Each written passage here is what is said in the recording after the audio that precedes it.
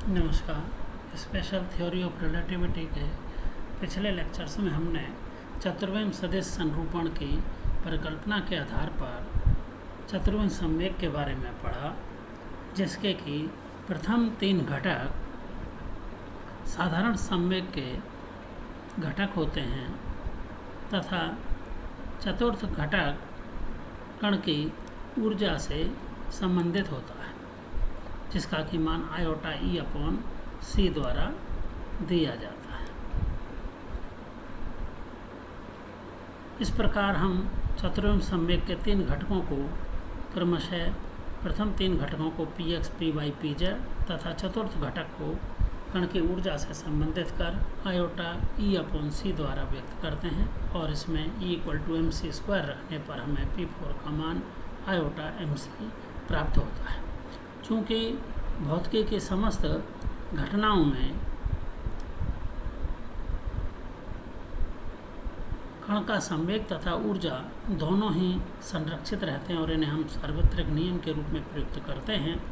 तो इस प्रकार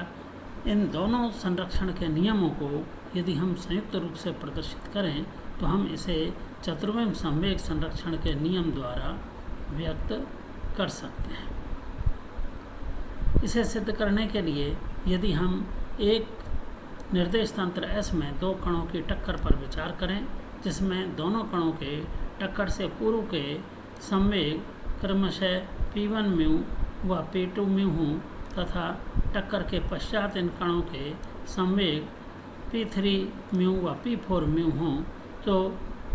चतुर्विम संवेग संरक्षण के नियम से हमें p1 mu plus p2 mu का मान p3 mu plus p4 mu के रूप में प्राप्त होता है, जिसे हमने समीकरण 1 में दर्शाया है। और इस समीकरण को यदि हम वियोजित करके लिखें तो हम ऊर्जा तथा संवेग के नियमों को पृथक पृथक भी व्यक्त कर सकते हैं। अब यदि हम एक अन्य निर्देश तंत्र S' पर विचार करें, जो कि प्रथम निर्देश तंत्र S के सापेक्ष प्लस x अक्ष की दिशा में नियत वेग v से गतिशील हो, तो और इस निर्देश तंत्र में यदि कणों के टक्कर से पूर्व चतुर्विम संवेग p1 म्यू व p2 म्यू डैश हों तथा टक्कर के पश्चात इनके चतुर्विम संवेग p3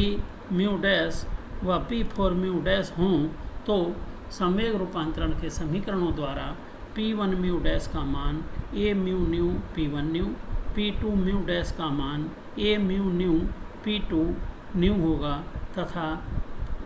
p3 म्यू डैश का मान a mu new p3 new व p4 म्यू डैश का मान a mu new p4 new होगा। अब यदि हम इनका योग करें तो हमें p1 mu dash plus p2 mu dash का मान a mu new into p1 new plus p2 new प्राप्त होता है, तथा जैसे समीकरण 2 में व्यक्त किया है। तथा इसी प्रकार p3 mu dash plus p4 mu dash का मान हमें a mu new into p3 new plus p4 new प्राप्त होता है, जिसे हमने समीकरण 3 में दर्शाया है। अब हम समीकरण 1 की सहायता से चतुर्विम संवेग संरक्षण के नियम को यदि व्यक्त करें तो उसका मान p1 new plus p2 new बराबर p3 new plus p4 new होगा। और इस समीकरण का उपयोग यदि हम समीकरण 2 व 3 में करें तो हमें प्राप्त होगा p1 mu dash plus p2 mu dash equal to p3 mu dash plus p4 mu dash, जो यह व्यक्त करता है कि S' फ्रेम में भी चतुर्विम संवेग संरक्षित होगा। इस प्रकार हम ये कह सकते हैं कि यदि S फ्रेम में कणों का चतुर्विम संवेग संरक्षित है तो नियत वेग से गतिशील अन्य निर्देश तंत्र S' में भी चतुर्विम संवेग संरक्षित रहेगा। और हम ये कह सकते हैं कि सभी जड़त्वीय निर्देश तंत्रों में चतुर्विम संवेग संरक्षण के नियम का पालन होता है, अर्थात यह नियम वैध रहता है। अब हम अपने आगामी लेक्चर्स में इस चतुर्विम संवेग संरक्षण के नियम का उपयोग कर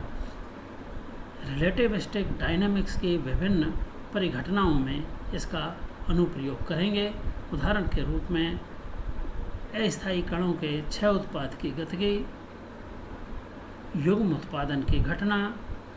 दहली अभिक्रिया ऊर्जा तथा कॉम्पटन प्रभाव, इन